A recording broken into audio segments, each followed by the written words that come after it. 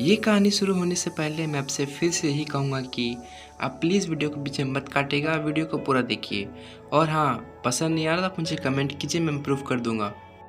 शुभम रोज की तरह आज भी रात को फेसबुक चला रहा था, तो उसने अपने फ्रेंड सजेशन में मनीषा नाम की लड़की को देखा, जिसकी प्रोफाइल पिक में केवल उसकी आंखें ही दिखाई दे रही थी।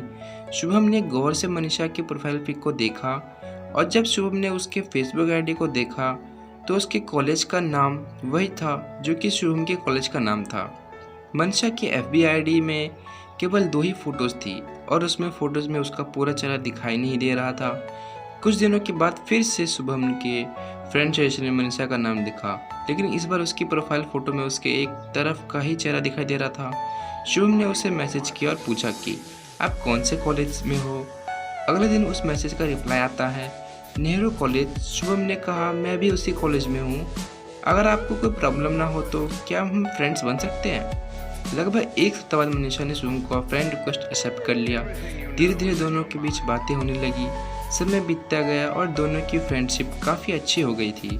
शुभम अब रोज़ मनीषा से बातें करता। ऐसा लगता था कि मानो मनीषा से बातें करना शुभम की ज़िंदगी का एक हिस्सा बन गया था। एक शुभम ने मनीषा से उसकी फ़ोटो मांगी तो मनीषा ने फ़ोटो देने से मना कर दिया। शुभम ने फिर से मनीषा से रिक्वेस्ट किया कि आप मुझे सिर्फ अपनी एक तस्वीर सेंड कर दीजिए। शुभम के जिद करने पर मनीषा ने अपनी फ़ोटो सेंड कर दी। शुभम ने जब मनीषा की फ़ोटो देखी तो जैसे उसने सोचा था, मनीषा उससे भी ज़्यादा प्यारी और सुंदर थी। शुभम अब रोज़ उसकी तस्वीर को देखता। शुभम अब यह महसूस होने लगा था कि उसे मनीषा से प्यार होने लगा है। शुभम ने एक दिन मनीषा को मिलने के लिए कहा। मनीषा फिर शुभम से एक बार मिलना चाहती थी, तो वह मिलने के लिए तैयार हो गई। अगले दिन दोनों एक शॉपिंग मॉल में मिलते हैं और दोनों एक दूसरे को सामने देखकर बहुत खुश थे। शुभम ने मनीषा को कॉफ़ी पीने के लिए पूछा। मनीषा, नहीं शुभम, मैं कॉफ़ी नहीं पी सकती, मुझे तुरंत जाना होगा। इतना कह के मनीषा वहाँ से चले जाती है।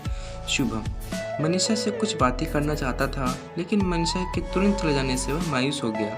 रात में शुभम ने मनीषा से कहा, आपसे बातें करनी थी लेकिन आप तुरंत वहाँ से चले गए, क्या अब हम दोबारा मिल सकते हैं। मनीषा भी सोचने लगी कि मुझे वहाँ से तुरंत नहीं आना चाहिए था, और मनीषा दूसरी बार मिलने के लिए मान गई। शुभम ने मनीषा से एक पार्क में मिलने को कहा। अगले दिन जब मिलने का समय आता है, उस दिन शुभम बहुत खुश था। वह मन ही मन सोचता है कि आज अपने दिल की बात मनीषा से कह दूंगा। दोनों कोई पार्क में मिलते हैं। मनीषा व्हाइट कलर की सूट में आज बहुत ही सुंदर दिख रही थी। शुभम ने उसकी तारीफ करते हुए कहा कि आप प्यारी दिख रही हो, ये बहुत सूट काफ़ी अच्छी लग रही है आप पे। दोनों लगभग 1 घंटे तक एक दूसरे से बातें करते हैं। अंत में शुभम एक गिफ्ट मनीषा को देता है और कहता है कि आप इस गिफ्ट को घर पे जाके खोलना। मनीषा अपने घर पहुंचकर उस गिफ्ट को खोलता है तो उसमें गिफ्ट में एक लेटर और एक ब्रेसलेट रहता है। मनीषा उस लेटर को पढ़ती है और थोड़ी भावुक हो जाती है। उस लेटर में लिखा था, मनीषा, आप मेरी ज़िंदगी में एक अजनबी की तरह आई हो और हमारे फेसबुक की मुलाकात दोस्ती में बदल गई। मुझे तो पता भी नहीं चला कि कब आपसे बात करते करते मुझे आपसे प्यार हो गया। मुझे नहीं पता आप मेरे बारे में क्या सोचती हो, लेकिन मेरी बस एक ही ख्वाहिश है कि इस ज़िंदगी के सफ़र में आप मेरे हमसफ़र बन जाओ।